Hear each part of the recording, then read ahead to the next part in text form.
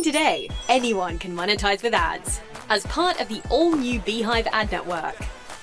If there was an award for standing on business, I'd have to give it to Madara off the rip, bro. Madara is the only op that I've seen pull up on 100 different ninjas and give them all the dukes, bro. He called.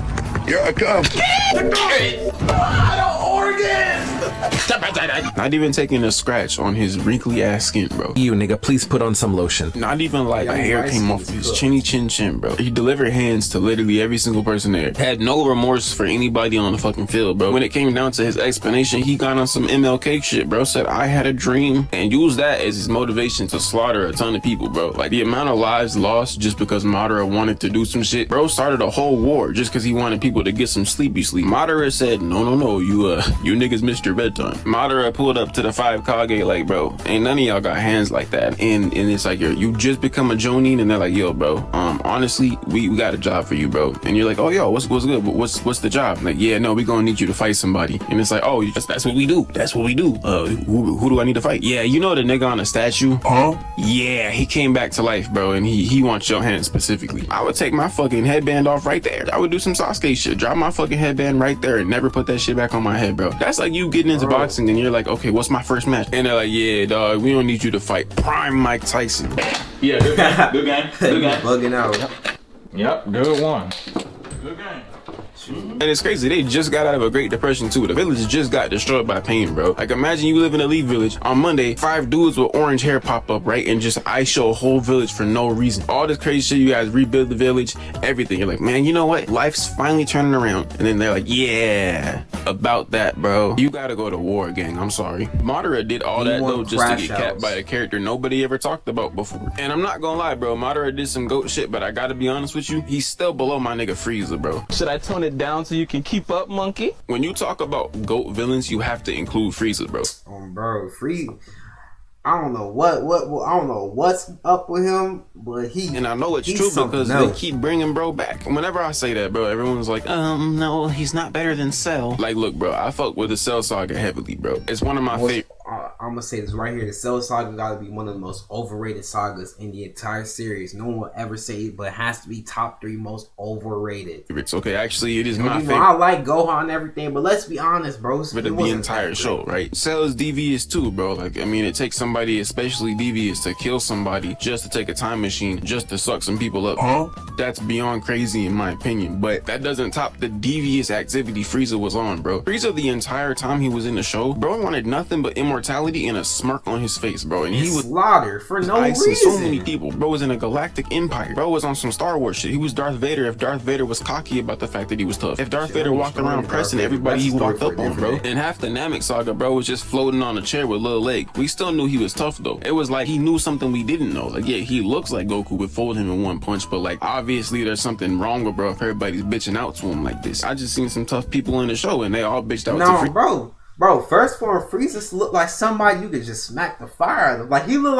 like somebody that you don't take seriously. You feel me? He looked like somebody you don't take seriously. But at the same time, you take them seriously. Because you see everybody scared of him. Everybody, feel me, looking up to him. He's just sitting in that big chair. Like, you look at him, you're like, you're not even scary. But you got to look at the people that's around him. Yo, low-key, like, why they all, like, bound down to you? Why these niggas like listening to you? Like, why these niggas like looking up to you? These niggas are like bigger than you, taller than you, buffer than you, and they like supporting you and like uplifting you like as if you're superior. Like, people like that, that's why you don't underestimate people, bro. Like, Frieza at the start, he looked like somebody you will underestimate, bro.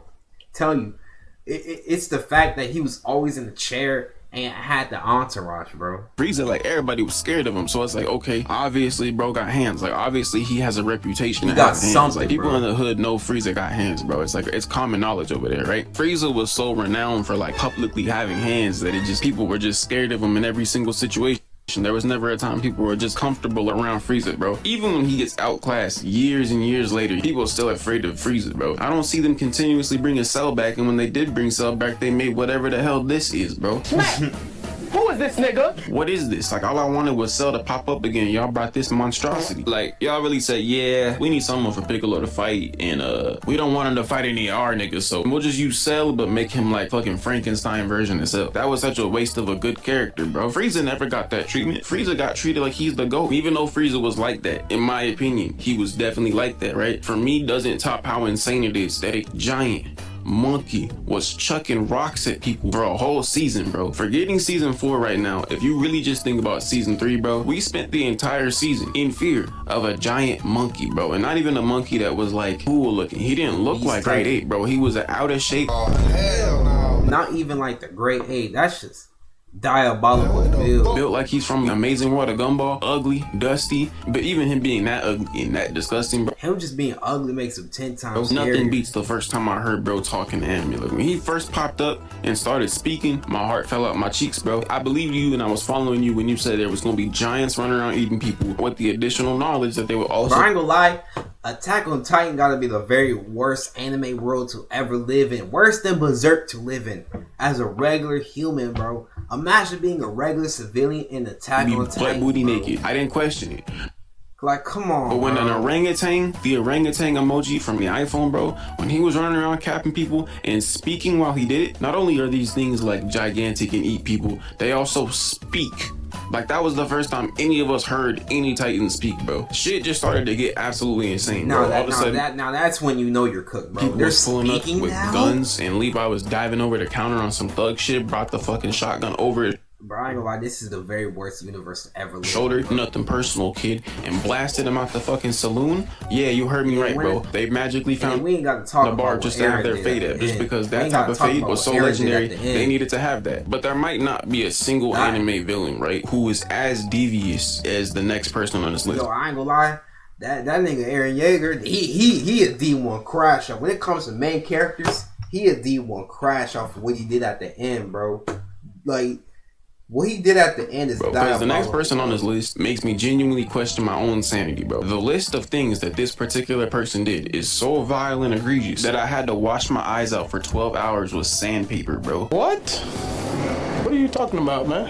And even then, I didn't feel clean. I started to genuinely start going to church again just after seeing this shit, bro. I felt unholy. Between Frieza, Madara, and the big gorilla nigga, there's a lot of competition for heavy hitters of who is Dio. the best op on this Dio. list. Unfortunately, though, all of them pale in comparison One to the nigga person I'm about worse. to talk about, bro. Because the person I'm about to talk about is genuinely the most psychopathic, insane, Dio. egregious human being to ever live in any show, media, anything. Out of everybody I could possibly say, bro, Griffith is genuinely the worst person on this list. I ain't gonna lie, Griffith worse than Dio. Scarier about Griffith is that he's not a cackling anime villain. He's not sitting back there like, "Mwahaha, I'll take over the world." Griffith is the most evil anime villain in existence, bro. I had to reconsider my life, bro. I was like, damn, life is bad over here in real life, bro. But imagine there was just somebody out there doing shit like that. I mean, Bro, I ain't gonna lie, we all know that one person. We all got that one friend that would like pull a Griffith on us, bro. there might genuinely be. If there's We somebody all like had Griffith that one friend that would pull a Griffith on us. in this world, bro, I think you really need to be Let's be honest, we all got that one friend out there pull a Griffith. removed from it. Frieza was a galactic emperor, okay? Cell was somebody who just stood on business. Madara had a dream and he was gonna do whatever he needed to do to get to that dream. Nothing like doing the you-know-what to your best friend's lover, bro. That's doing the R, to your best friend's lover is no insane. reason. Like, that's beyond no Reverse reason. Flash. Like, if Reverse Flash read the Worse than I ain't gonna lie, Griffith is worse than Reverse Flash. I'm gonna say it now. What Reverse Flash did was diabolical. That's a story for a different day. I ain't gonna lie, he worse than Dio. Reverse Flash worse than Dio, but I don't know if he worse than Griffith, bro. I don't think he worse than Griffith. At least he been evil from the jump, bro. At least you could tell he was evil from the jump. But then again, I kind of knew Griffith was evil. But someone kind of like spoiled it for me a little bit. Like when I first got into Berserk, I was a little spoiled because they told me that Griffith was gonna do something crazy or he was bad. So I always had suspicion for him. You feel me?